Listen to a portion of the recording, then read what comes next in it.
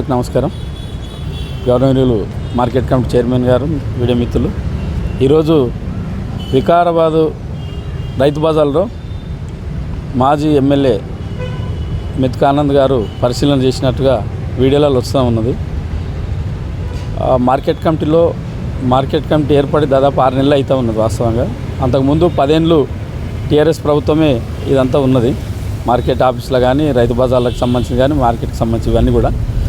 అయితే గతంలో రైతు బజారు ఏర్పాటుకు సంబంధించినటువంటి వివరాలన్నీ కూడా ఆయనకు తెలిసి ఉంటుందో లేదో కానీ, గతంలో గౌరవనీయులు ప్రసాద్ కుమార్ ఆధ్వర్యంలో రైతు బజారు ఏర్పాటు చేయడం జరిగింది. దాన్ని అంతా కూడా అభివృద్ధికి సంబంధించింది ఆయనే చేసిండు. తర్వాత సంజీవరావు సాబ్ వచ్చిన తర్వాత దాన్ని ఓపెనింగ్ చేసుకొని వాళ్ళ ఖాతాలో వేసుకున్నట్టుగా రికార్డు ఉన్నది.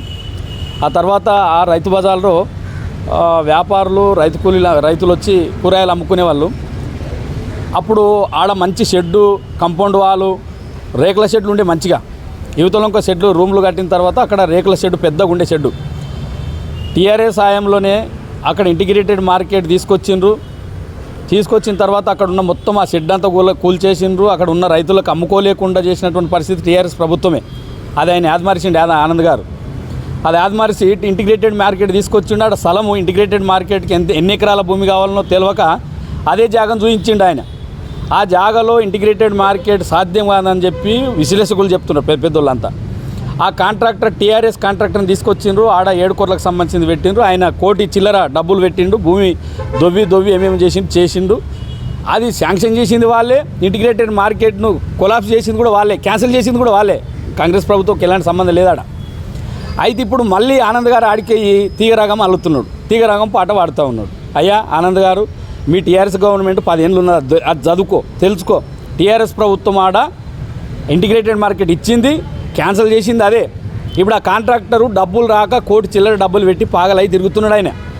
ఆడ మేమేమన్నా చేయబోతే ఆ కాంట్రాక్టరు దాన్ని బేస్మెంట్ ముట్టుకుంటే కేసు వేస్తానని భయపెట్టిస్తున్నాడు. ఈ అధికారి జైలుకోవాలి, అధికారి మీద కేసులు పెట్టుకోవాలి. మీరు చేసిన ఘనకార్యం, మీరు చేసిన దుర్మార్గము ఆ రైతు బజార్లను కనిపిస్తూ ఉన్నది. ఇప్పుడు పోయి ఒకళ్ళ మాటలు మాట్లాడి రైతుల దగ్గర ఇప్పుడు ఓట్లు వస్తాయని కాడ ఓట్లు ఇట్లా వేయాలన్నా రైతులంతా కూలీలు అవి అమ్ముకునే వాళ్ళంతా నువ్వు పోయి ఆడ తీగరాగం మల్లడం అయితే నవ్వుల పాలు అయినటువంటి పరిస్థితి అయితే మాకు కనిపిస్తూ ఉంది. మేము 6 నెలల కింద మార్కెట్ కమిటీ వచ్చిన తర్వాత ఆ రైతు బజార్లో వాస్తవంగా కలెక్టర్ గారితో, గౌరవనీయులు స్పీకర్ గారితో, ఆయన తుమ్మల నాగేశ్వర్ గారితో మేము తిప్పలబడుతున్నటువంటి పని ఏంటంటే, అక్కడ 10 లక్షలకు సంబంధించిందంట, 8 లక్షల చిల్లలకు సంబంధించింది బాత్రూంలో ఒక బోరు కూడా లేకుండే. వాస్తవంగా ఆయన బాత్రూమ్లు కట్టించింటే అవి అంటున్నాడు జూట మాటలు. అక్కడ ఎలక్షన్కి సంబంధించినటువంటి అక్కడ అందులో చేసినటువంటి బాత్రూమ్లు ఇప్పుడు వాడుకుంటూ గవే. నీవు చేసింది ఏం లేదు. ఎలక్షన్ టైంలో ఆడ ఎన్నికలలో ఓట్లు లెక్కించడం కోసం పెట్టినటువంటి బాత్రూమ్లు అవి ఉండే ఆడ. ఆవిటిని నీవు పెట్టినా అని చెప్తున్నావు, అది తప్పు. ఉన్న చెట్లన్నీ సత్రోలు చేసింది మీరు.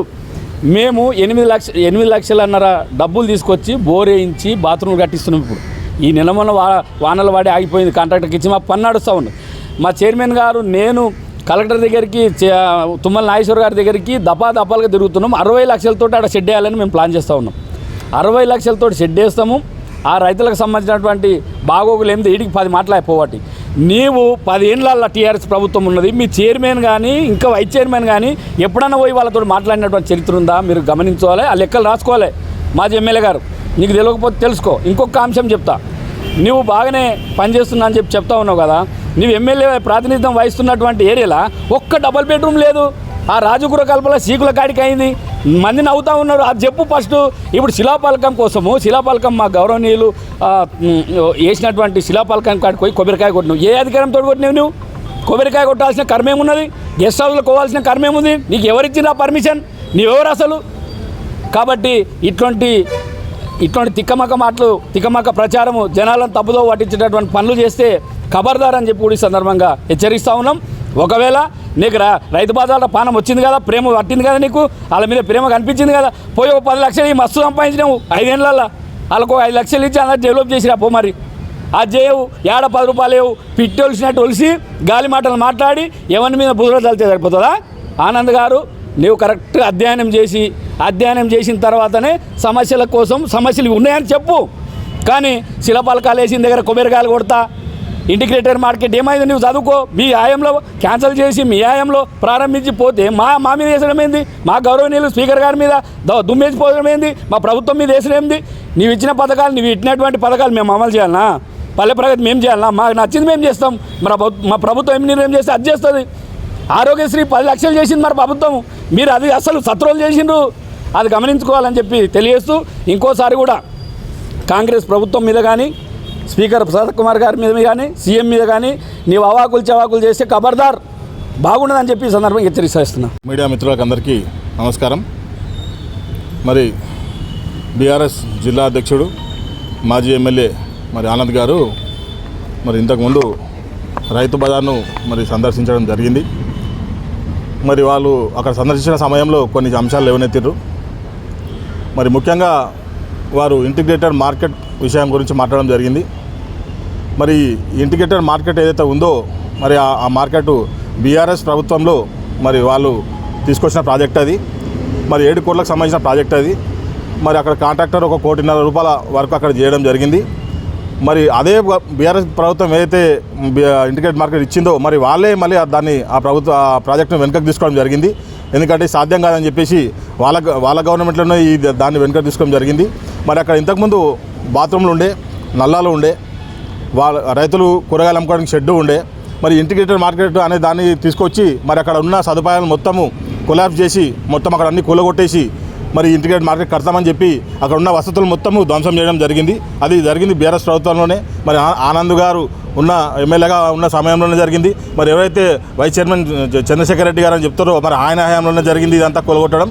మరి ఉన్న వసతులన్నీ కూలగొట్టేసి మరి ఆ ఇంటిగ్రేటెడ్ మార్కెట్ కోసము మరి స్థలాన్ని మరి మార్కెట్ కమిటీ నుంచి 1 ఎకరా స్థలాన్ని మరి మున్సిపల్ శాఖకు అప్పచెప్పి మరి అక్కడ ఇంటిగ్రేటెడ్ మార్కెట్ కడతామని చెప్పి ₹1.5 కోట్ల వర్క్ చేసినాక కాంట్రాక్టరు ఆయనకు బిల్లు చెల్లించకుండా మరి ఆయన ఏమో కోట్ల చుట్టూ తిరుగుతూ ఉన్నాడు కాంట్రాక్టరు. మరి బిల్లు చెల్లించకుండా ఆయన ఏమో రిటర్న్ వెళ్ళిపోయిండు. ఆ వర్క్ అక్కడికే అయిపోయింది. మరి ఈ విషయం కలెక్టర్ గారి దృష్టి కూడా తీసుకురావడం జరిగింది. ఆ ప్రాజెక్ట్ ఇక్కడ సాధ్యంగా అని చెప్పి కలెక్టర్ గారు కూడా మాకు హామీ మరి దాని విషయం పైన పూర్తి నాలెడ్జ్ మరి కలెక్టర్ గారు కూడా ఉంది. ఇంతకుముందు ఉన్న ప్రతీక్ జైన్ సార్ గారితో డిస్కస్ చేయడం జరిగింది. ఆయన అక్కడ దాన్ని విజిట్ కూడా చేశారు. చేసిన సందర్భంలో మరి ఇక్కడ ఇదైతే ఈ ప్రాజెక్ట్ ఇప్పుడు వర్కౌట్ కాదు కాబట్టి మరి 28 లక్షలతో తాత్కాలికంగా షెడ్ ఏర్పాటు చేస్తామని చెప్పి మరి మాకు అక్కడ హామీ ఇచ్చి మరి దాని ఫైల్ కూడా పుటప్ చేయడం జరిగింది. మరి అనివార్య కారణాల వల్ల కలెక్టర్ గారు మరి ట్రాన్స్ఫర్ కావడం వల్ల మరి ఇప్పుడున్న దీపక్ తివారీ సార్ గారు మరి వారు వచ్చిన తర్వాత మళ్ళీ వారిని కూడా కలవడం జరిగింది.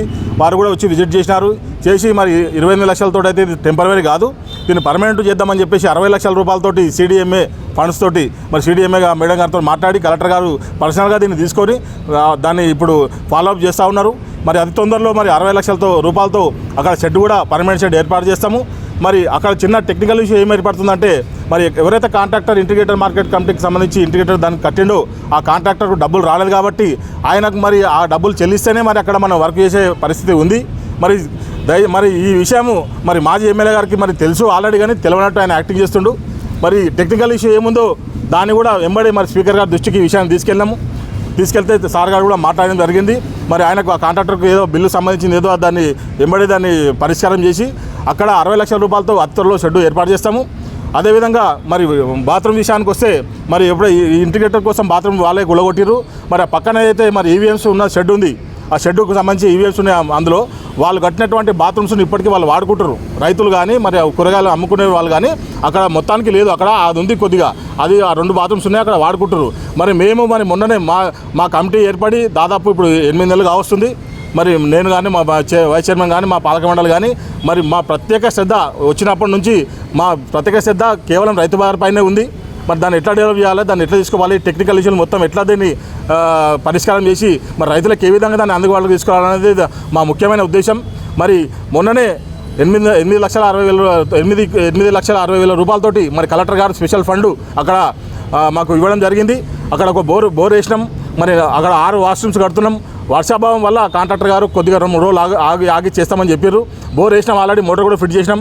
మరి తొందరలోనే మరి వాష్రూమ్స్ కానీ నీటి సదుపాయం కానీ మరి రైతులకు ఏర్పాటు చేస్తాము. అదేవిధంగా మరి రైతులు మంచి స్వచ్ఛమైన నీరు తాగాలని చెప్పి ఉద్దేశంతో మరి 10 లక్షల రూపాయలతోటి మరి స్పెషల్గా అక్కడ మన దానికి నీళ్ళకి సంబంధించింది ఏర్పాటు కూడా చేస్తున్నాము. మినరల్ వాటర్ ప్లాంట్ దాన్ని 10 లక్షల రూపాయలతోటి రైతులకు, కేవలం రైతులకు ముఖ్యంగా వాళ్ళకి సేవ చేయాలనే ఉద్దేశంతో అక్కడ ఏర్పాటు చేస్తున్నాము. మరి ఇవన్నీ చేస్తుంటే కూడా మరి ఇవన్నీ మీరు తెలుసుకొని అక్కడ పోతే బాగుండే. మరి ఎవరు మరి మీరు రాంగ్ గైడెన్స్ చేసినట్టు మరి మీకు ఏదో ఫోటోలో ఫోజులు ఇద్దాము మరి ఏదో గవర్నమెంట్ మీద దుమ్మెత్తిపోతాం మరి స్పీకర్ గారి మీద దుమ్మెత్తిపోతాం అనే ఉద్దేశంతో మరి మీరు అక్కడ పోతున్నట్టు స్పీకర్ గారి సహకారం 100% మా పైన ఉంది.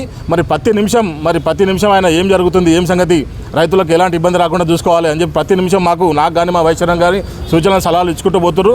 మరి ఇంటిగ్రేటెడ్ మార్కెట్ సంబంధించిన విషయానికి కూడా వస్తే మరి దాన్ని కూడా ఇప్పుడు ఏదైతే ఉందో తుమ్మల నాగేశ్వరరావు మంత్రి గారితో మరి మాట్లాడమని చెప్పినాను సార్ గారికి. మరి దాన్ని అక్కడ ఆ ఇంటిగ్రేటెడ్ మార్కెట్ కట్టేంత స్థలం అక్కడ లేదు, అక్కడ పార్కింగ్ ఇబ్బంది ఉంది, సరిపోదు. చిన్నగా అప్పుడు మా మంత్రిగా మరి ప్రసాద్ కుమార్ గారు మంత్రిగా ఉన్నప్పుడు మాత్రమే మరి అక్కడ మార్కెట్ ఏర్పాటు చేయడం జరిగింది. మరి ఆ రోజు పరిస్థితుల ప్రభావం ఆ రోజు జనాభాకు తగ్గట్టు ఆ మార్కెట్ కట్టడం జరిగింది. మరి ఇప్పుడు జనాభా పెరిగింది, ఇప్పుడున్న పరిస్థితుల్లో ఆ మార్కెట్ సరిపోదు. మరి దాన్ని అక్కడ నుంచి షిఫ్ట్ చేయాలా మరి పెద్ద మార్కెట్ కట్టాలనేది కూడా మేము ప్రపోజల్ తయారు చేస్తున్నాము. అది స్పీకర్ గారితో డిస్కస్ చేయడం జరిగింది. మరి ఇవన్నీ కూడా మీరు దృష్టిలో పెట్టుకొని మీరు ఉత్తిగా ఏదో మరి బట్టగాల్చి మీదేసే పద్ధతి కాకుండా మరి మనది కూడా మనం చూసుకోవాలి. మరి నేను ఒకటే సవాల్ ఇస్తున్నా మరి ఆనంద్ గారికి, మరి ఇంటిగ్రేటెడ్ మార్కెట్ విషయంలో మరి ఎక్కడైతే సిద్దిపేటలో గజ్వేల్లో ఈ 2 కాన్స్టిట్యున్సీలలో మరి ఇంటిగ్రేటెడ్ మార్కెట్ కంప్లీట్ అయింది. అప్పుడు బీఆర్ఎస్ ప్రభుత్వం ఉంది. మరి మీ ఎమ్మెల్యే మరి మీరు ఎమ్మెల్యేగా ఉన్నారు కదా, మరి మీరు శిలాపలకం వేసిరు కదా, 1.5 కోటి వర్క్ అయింది కదా. మరి గజ్వేల్లో సిద్దిపేటలో ఎట్లా ఇంటిగ్రేటెడ్ మార్కెట్ కంప్లీట్ అయ్యి ఇప్పుడు అందుబాటులోకి వచ్చింది? మరి వికరాంలో ఎందుకు అందుబాటులోకి రాలేదు? అది మీ చేతగాని తనమే కదా. మరి మీరు ఉన్నప్పుడు ఏం చేశారు? మీరు ఉన్నప్పుడు కంప్లీట్ చేయాలి కదా. మరి చేయకుండా మరి మొత్తం రాష్ట్ర వ్యాప్తంగా ఉన్న ఇంటిగ్రేటెడ్ మార్కెట్ కంప్లీట్ కాలేదు. కేవలం కేసీఆర్ అల్లుడు సిద్దిపేట ఉన్న కాన్స్టిట్యున్సీలో అవుతుంది, సీఎం గజ్వేల్ కాన్స్టిట్యున్సీలో మాత్రమే అవుతుంది. మరి వికారాల్లో ఎందుకు కాలేదు? మరి అప్పుడు మీరు ఏం చేశారు? మీరు అప్పుడు గుడ్డిగా గారి పనులతో మీరా ఏం చేశారు? ఆనంద్ గారు, నేను సూటిగా మీకు సవాల్ విస్తున్నా. ఈ సందర్భంగా ఒకటే నేను చెప్తున్నా, స్పీకర్ గారి పైన కానీ ప్రభుత్వానికి పైన కానీ రేవంత్ రెడ్డి గారు ఎలాంటి విమర్శలు చేసినా ఊరుకునేది లేదు. మేము అభివృద్ధి సాధకులం, మీరు అభివృద్ధి నిరోధకులు. ఒకటే గుర్తుంచుకోవాలని చెప్పి తెలియజేస్తూ ముగిస్తున్నాను.